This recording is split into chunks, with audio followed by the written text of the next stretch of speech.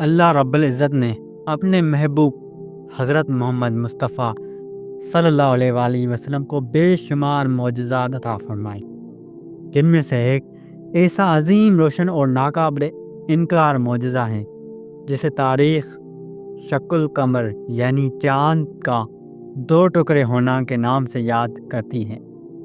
یہ وہ وقت تھا جب مکہ کے کافر حضور صلی اللہ علیہ وآلہ وسلم کی رسالت کی سچائی کو ماننے سے انکار کرتے تھے۔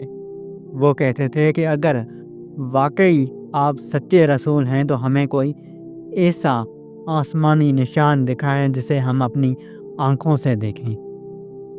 ان کی دلوں میں انا تھا، مگر اللہ تعالیٰ نے اپنے نبی صلی اللہ علیہ وآلہ وسلم کی سچائی کو ظاہر فرمانا تھا۔ ایک رات جب آسمان صاف تھا اور چاند پوری آب و تاب سے چمک رہا تھا تو قریش کے سردار حضور صلی اللہ علیہ وآلہ وسلم کے پاس آئے اور طنزیہ انداز میں مطالبہ کیا، اگر تم اللہ کے سچے رسول ہو تو نعوذ باللہ ہمیں چاند کو 2 حصوں میں دکھا کر دکھاؤ۔ نبی کریم صلی اللہ علیہ وآلہ وسلم نے اپنے رب کی طرف دعا کے لیے ہاتھ اٹھائے۔ چند لمحوں بعد سب نے اپنی آنکھوں سے وہ منظر دیکھا جس نے تاریخ کا رخ بدل دیا۔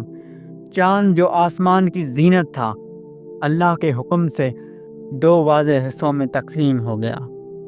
ایک حصہ صفا پہاڑی کے طرف تھا اور دوسرا مروہ کی طرف۔ لوگ حیرت اور خوف سے چیخ اٹھے۔ کافر ایک دوسرے سے کہنے لگے، یہ تو محمد صلی اللہ علیہ وآلہ وسلم نے جادو کر دیا ہے، نعوذ باللہ۔ مگر فوراً ہی کسی نے کہا، اگر یہ جادو ہے تو صرف ہم پر ہو سکتا ہے۔ دوسرے قافلوں سے پوچھو جو شہر کے باہر تھے، کیا انہوں نے بھی یہ منظر دیکھا ہے؟ چنانچہ جب باہر سے آنے والے قافلے مکہ میں داخل ہوئے، سب نے ایک ہی بات کی گواہی دی، ہاں ہم نے بھی چاند کو 2 ٹکڑے دیکھا تھا۔ اب انکار کی کوئی گنجائش نہ رہی۔ قرآن بھی کھلا اعلان کرتا ہے، قیامت قریب آ گئی اور چاند پھٹ گیا۔ یہ معجزہ صرف ایک منظر نہیں تھا، یہ اللہ تعالیٰ کی طرف سے اپنی نبی صلی اللہ علیہ وآلہ وسلم کی سچائی کی روشن دلیل تھا۔ یہ انسان کو یاد دلانے والا اشارہ تھا کہ کائنات کی ہر چیز اللہ کے امر کے تابع ہے اور اس کی رسول صلی اللہ علیہ وآلہ وسلم کی صداقت آسمانوں میں لکھی ہوئی ہے۔ آج بھی جب ہم چاند کو دیکھتے ہیں تو یہ واقعہ ہمیں بتاتا ہے کہ اللہ کی قدرت بے حد ہے اور نبی کریم صلی اللہ علیہ وآلہ وسلم کی عظمت ایسی ہی کہ چاند بھی ان کے اشارے پر ٹکڑے ہو جائے۔ یہ معجزہ قیامت کی ایک نشانی بھی تھا اور ایمان والوں کے لیے ایک مضبوط دلیل۔